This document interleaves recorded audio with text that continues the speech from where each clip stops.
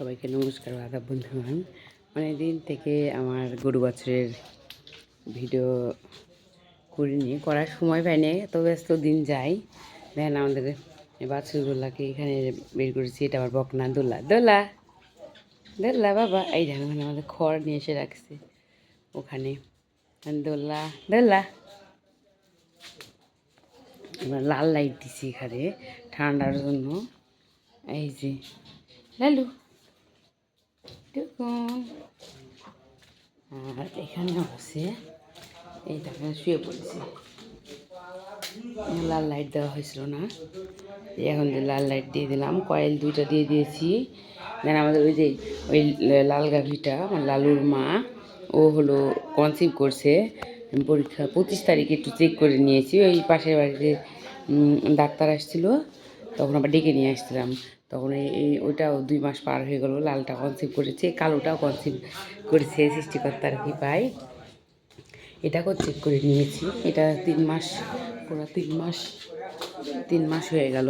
এটাও ওই একসাথে চেক করে নিয়েছি। এটা এই যে কিউট বাবা, হাগু দিছ। এখানে সাদা লাল লাইট দিয়েছিলাম, কেটে গেছে।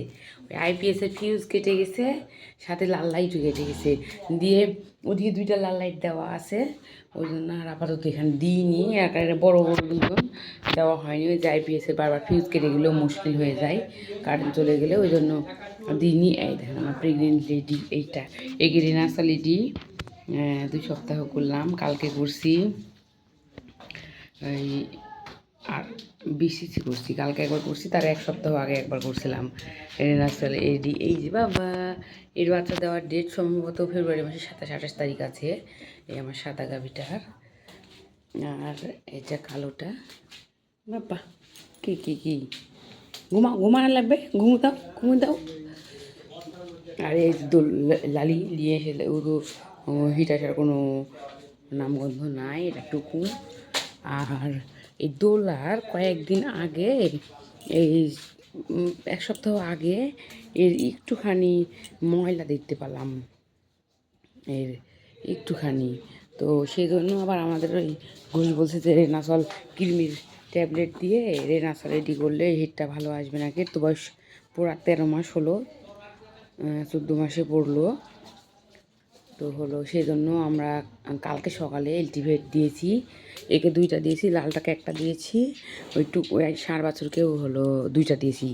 আর ওই যে লাল বকনা যেটা কিনেছিলাম ওটাকেও 2টা দিয়েছি। দিয়ে কালকে সকালে রেনাসল নিয়ে আসছি। একটু করবো, একে 7-8 সিসি করলেই হয়ে যাবে, ওকে তাই করব। তো দেখা যাক, তারপর রেনাসল রেডি করার পরে রিকেটটা আসে নাকি। একটুখানি ময়লার মতো বোঝা গেল, কেমন যেন সর্দি বের হয়, লেগেছিল অল্প অল্প করে, এই 1-8 সপ্তাহ আগে। তো দেখা যাক। তো এই হলো আমার গরু বাছুরের অবস্থা। অনেক দিন থেকে ভিডিও করার সময়ও হয় না, ভিডিও করিনি। এই যে লালু একদিন আমাকে ঢিসু দিছে এমন দিয়ে, হাতের আঙ্গুল, আমি তো ভাবলাম ভেঙে গেল নাকি। দিয়ে 3 দিন আমার ওষুধ খাওয়া লাগছে। এরা এখন সবাই ঘুম দেবে, এখন এরা সবাই শুয়ে পড়বে। যে কয়েল যেখানে দিয়ে দিচ্ছি একটা, ওই যে ওখানে একটা কয়েল দেওয়া আছে বাবা টুকুন। ঠিক আছে, সবাই ভালো থাকবেন।